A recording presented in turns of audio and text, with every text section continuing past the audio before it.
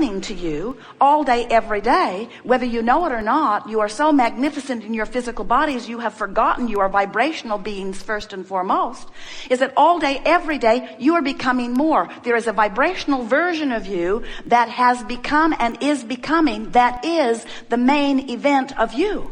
When we say you are the creator of your experience, we're not kidding you even a little bit. You are not just the creator of your experience. You are the creator of you. You are the creator of the vibrational version of you who exists in a vibrational reality. Now, many of you would say, oh, this vibrational version, I don't know if I want to talk about the vibrational version. I'd rather talk about the reality that I see around me. And we say, that would be fine if you, the larger part of you, were not standing over here in this vortex of creation as the vibrational version of all that you have become. But you have become a vibrational version of something more than you know here in your physical reality, because the manifestation is slow to catch up with the vibrational version. So if you spend your time focusing upon the reality, looking at the money that is now in your checkbook, looking at the people who are now in your life, looking at the person who is now not in your bed or that you would like to be in your bed, as you are looking at what is, as you are facing the reality of what is, you are in most cases depriving yourself of vibrational alignment with this vibrational version, which is where the larger part of you stands. And so when you do that, you deprive yourself of the alignment with who you really are. We're not just talking about the stuff that you slow down. We're not just talking about the money that you slow down, even though you're slowing it down. We're not just talking about the empires that you are putting on hold, even though you're putting empires on hold.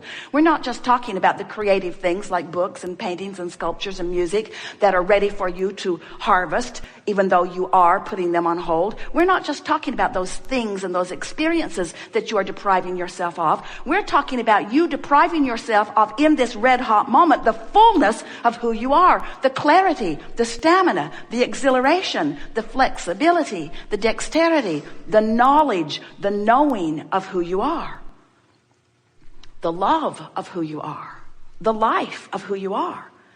You see, you can't have it both ways. You can't look where you've been and at who you are at the same time. Now, here's the thing we really, really want you to hear. And if you can get this, you'll have it all. The vortex of creation, where the vibrational version of you is present tense, as far as the creator within you and as far as we are concerned. When you ask for it, it's present tense. But you, bless your hearts, you've gotten so good at exploring the manifestation that you don't want to call it present tense until it's in your driveway. You don't want to call it present tense until others can see it. And we say, oh, it's so slow to have to wait for everybody to be able to see it. It's easy to tune in to stuff that's manifested. So what preachers and teachers have been saying to you for a long time about faith really applies here. Because what faith is a vibrational attitude. What faith is an awareness, a vibrational focus, an attention to what's in this vortex of creation. And if you can focus upon what you've asked for and no longer beat the drum of why you ask for it, I want this magnificent thing because it's so awful not to have it. And because it's so hard over here without it. And because I deserve it, I really deserve it, even though I don't have it, I deserve it. And we say all of that drum beating from the perspective of what is not yet manifested holds you in a holding pattern that will not let it manifest. You have to let go of the absence of what you want before the presence of it can feel into your experience, you see. We want you to feel the reality of this vortex of creation. This is vibrational reality. We're not making this stuff up. Everything that you see that is manifested was first vibrational reality. And once it's been vibrational reality, everything that you see is first a thought upon longer until it takes form. Everything that you see that is manifested was first vibration. And the gap, the amount of time that it takes from the offering of the idea and flowing it vibrationally into your vortex and the full-fledged manifestation of it is as short as no time when you are a vibrational match to what you're asking for. The amount of time it takes for you to manifest things wanted is the amount of time it takes for you to get in the vortex and consistently stay there. So when we say to you, which will be the answer to every question that you ask today, it would be very boring by the end of the day. Go to the vortex, go to the vortex. And so some will say, well, what does that mean? And we say, it means stop doing whatever you're doing that's keeping you out of the vortex. What do I have to do to get in the vortex? Nothing. Well, then how come I'm not in there? Because you're doing stuff that holds you out. Okay, so what do I have to do to get in? Nothing. Well, then how come I'm not in there? Because you're doing stuff that keeps you out. Abraham, are you deaf? Can't you hear what I'm asking? I'm not in the vortex. How do I get in? What do I have to do? Nothing. But you have to stop doing that thing that's holding you out. And your question is fair, because we've never seen anyone who could just stop thinking that thought. Because when you say, I'm not going to think that thought anymore, you're thinking that thought you're not going to think. I'm not going to do that anymore. Have you ever done that? I'm going to quit smoking. Sure you are. I'm not ever going to eat that again after this one. So what you have to do is start doing things that allow you vibrational proximity to the vortex. This vortex that spins in a place of pure positive energy, what that means is no resistant thought. In other words, when you say, I really, really want, what do you want? Call something out. I really, really want $100,000. I really, really want $100,000. That, if you could leave it right there, is a pure thought. But if your sentiment is, I really, really want the $100,000 that I don't have, not a pure thought. When you say, I want the money because I need it, not pure. I want the money because it is exhilarating and because it gives me freedom and because I can do this and this and this. When you talk about what you want and why you want it, it is usually a pure thought than when you talk about what you want and where it will come from and when it will come and who will bring it and how you will get it. In other words, there's a lot of things you do in your action-oriented exposure to life that hold you in vibrational patterns of disallowance. So we call those vibrational patterns of disallowance resistance. Resistance to the natural flow. And whenever you got resistance going on, it's indicated to you by your emotions of resistance. And emotions of resistance are always negative emotion. Emotions of resistance don't feel good, and emotions of allowance feel better and better and better. So if you have an emotion of resistance, so you're angry or frustrated or fitful or worried, when you feel worried, that means you've got this residual of resistance going on that is keeping you out of the vortex. And so you walk around not in the vortex, so comfortable with not being in the vortex that you don't even know what you're missing. But when you take the time to focus yourself into the vortex deliberately, into the vortex where your clarity is and where your exhilaration is, where your perfect rendezvous in every moment with everything that you want, where the universe is able to give you in moment after moment so much full life experience that you wonder why you would ever step out of the vortex. Once you consciously and deliberately spend more of your life inside this vibrational state of being that we are calling the vortex, where your own vibrational point of attraction is so purified by your own deliberate thought focus that you are not setting up your own resistance to your own well-being, then you begin to remember why you were born and what this physical experience was supposed to be about, what you had in mind.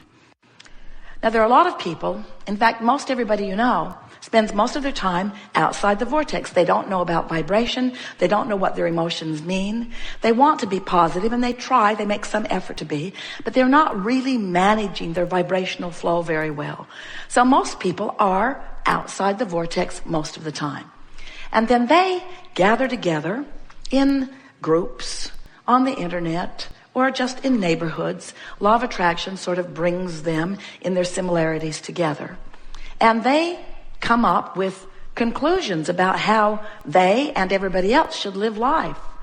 Laws are made from that group. In other words, they are the ones that decide. They sort out the good piles from the bad piles, and they decide what's the right way of life and what's the wrong way of life. And we will acknowledge that among those outside the vortex efforters, that it is evident when someone is trying and when someone isn't. They have diplomas. They have better paying jobs in many cases. They live in nicer houses in many cases. You can tell which ones are trying and which ones aren't in that out of the vortex group. But friends, it's the out of the vortex group. It's like being king of the molehill. It's the out of the vortex group. In other words, the masters come from in the vortex. Your clarity, your inspiration, your creations, your inventions, your wonderful new ideas, your zest for life comes from the inside the vortex group, you see. So we're not wanting to make you feel bad when you're out of the vortex, because certainly it adds to the step one experience. We just want you to get this into perspective and realize that next time you find yourself really digging in and trying hard, that you're working against yourself. And you might want to just chill for a while and remember who you are. Maybe listen to some meditation. Maybe count your breathing. Maybe get in sync with some music. Maybe bask a little. Maybe do something that is pleasing. Maybe do anything or everything that you can think of to release the tension that is holding you outside the vortex. And it is our promise to you that once you are aware of the existence of this vortex, and once you are aware of your guidance system, which lets you know where you are in proximity to it, and once your mantra, once your motto, once what really matters to you is, today, no matter where I'm going, no matter what I'm doing, no matter who I'm doing it with, it is my dominant intent to look for what I'm wanting to see. I'm agreeably oriented. I am appreciatively oriented. I comment on things that I appreciate. And when I feel an impulse to criticize, I sit on it. I don't go with it. I don't make more of it. I don't amplify it with words. I don't amplify it with groups. I don't comment on it. I no longer am trying, efforting myself into a better place. I'm practicing the art of allowing. Because I've now discovered that my inner being is in my vortex and calling me home, calling me toward all that I've become. And if I am even hanging around in the vicinity of hopefulness, my vortex calls me in on a really regular basis. And once you start living more of your life from inside the vortex, you'll have more insight. You'll have better timing. You'll feel better. Your sense of humor will be keener. Your sense of intelligence will be keener. You'll think of things, those to-do lists. You won't have to drag them around. You'll be at the grocery store and you'll remember what you want.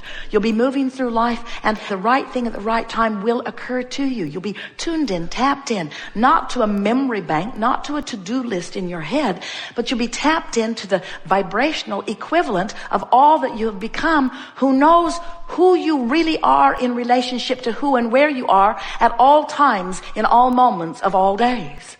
Talk about a concierge. Talk about an impulse giver. It's like walking through life with somebody who not only knows who you are, but loves who you are, who is constantly hinting and opening doors and orchestrating circumstances and events in order to allow you to be all that you can be. Hesitating just at the right moment so that you're not in the elevator with that person, but you are in the elevator with that person. Finding yourself hesitating in traffic just right so that it opens for you so that you can make your lane shift. In other words, there are so many things that many of you might call inconsequential or insignificant that just make the flow of life so remarkable. When you live life from inside the vortex, you're living life as you intended. Because you are a powerful creator who said, I'll go forth, I'll choose from the buffet, I'll identify what I want, and I'll line up with it. And I'll do it again and again and again and again, because lining up with who I am is the zest of life that I've always been looking for. You think it's the manifestations, and we want you to have manifestations. We're not trying to talk you out of the glitter or glitz or beauty or anything that you want. We want you to have the manifestations. But we're here to tell you, you didn't sign on for the manifestations. You signed on for the movement toward what you want. You signed on for this 3-step process. You signed on for the choosing from the buffet, for the launching of the rockets, and for the exhilaration of lining up with who you really are. Coming home, coming home, coming home. So, we're eager to talk.